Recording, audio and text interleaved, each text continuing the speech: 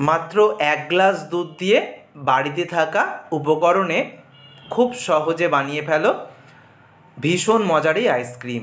এতটাই সুন্দর স্বাদ হয় যে কেনা যে কোনো আইসক্রিমকে হার মানাবে। আর একবার তৈরি করে খেলে এটা কিন্তু আর অন্য কোনো আইসক্রিম মুখে ভালো লাগবে না, এত অপূর্ব স্বাদ হয়।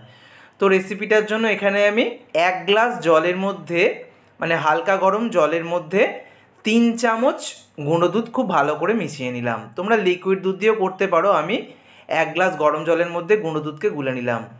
তো চিনি দেওয়াটা সম্পূর্ণ অপশানাল, আমি এখানে চিনি আর কাজু বাদাম ব্যবহার করছি।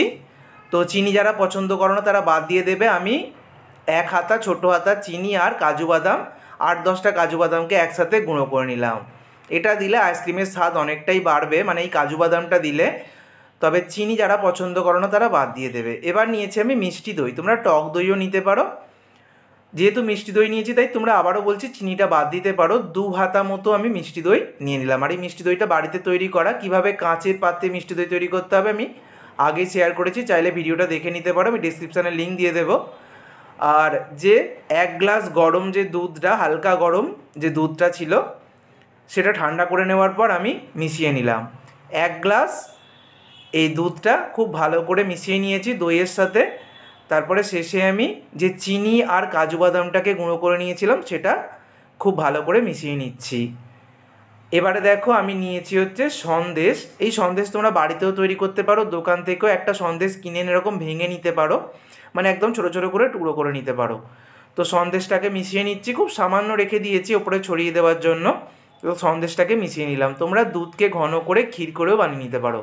সব কিছু খুব ভালো করে একসাথে ফেটিয়ে নিয়েছি, মানে মিশিয়ে নিয়েছি। এবার ওই মিশ্রণটা আমি ঢেলে দিচ্ছি এরকম চা বা কফির যে কাপগুলো পাওয়া যায় সেই কাপের মধ্যে। আর এরকম কাপ, মানে প্লাস্টিক কাপ, যে কাপে আমরা দই তৈরি করি এই কাপের মধ্যেও তোমরা আইসক্রিম বসিয়ে নিতে পারো।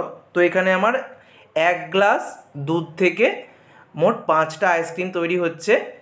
তো 4টে আমি এরকম কাপে নিয়েছি আর একটা বাটিতে নিয়েছি, আর একটা করে এরকম কাঠিকে দুভাগ করে আমি দিয়ে দিলাম। এবার দেখো আমি একটু অল্প সন্দেশের গুঁড়ো বাঁচিয়ে রেখেছিলাম, সেটা একটু ওপর থেকে ছড়িয়ে দেব, দেখতেও সুন্দর হবে আর যখন খাওয়ার সময় মুখে পড়বে তখনও ভালো লাগবে। এটাকে দই সন্দেশ আইসক্রিমও বলা হয়ে থাকে। তো দেখো ওপর থেকে সন্দেশ ছড়িয়ে দেওয়ার পর দেখতেও খুব সুন্দর লাগছে। এবার এটাকে ডিপ ফ্রিজে রাখবো 12 ঘন্টা। 12 ঘন্টা ডিপ ফ্রিজে রাখলেই আইসক্রিম খুব সুন্দরভাবে সেট হয়ে যাবে। মোটামুটি 6 ঘন্টাতেই আইসক্রিমটা তৈরি হয়ে যায়, আমি 12 ঘন্টা রেখে দিয়েছিলাম, মানে ওভারনাইট। দেখো কত সুন্দর আইসক্রিমগুলো বসে গিয়েছে। একটা কাঁচি দিয়ে একটু জাস্ট কাট দিলেই খুব সহজেই কাপগুলো থেকে আইসক্রিম বের করে নেওয়া যাবে আর কাপের শেপটা চলে আসবে।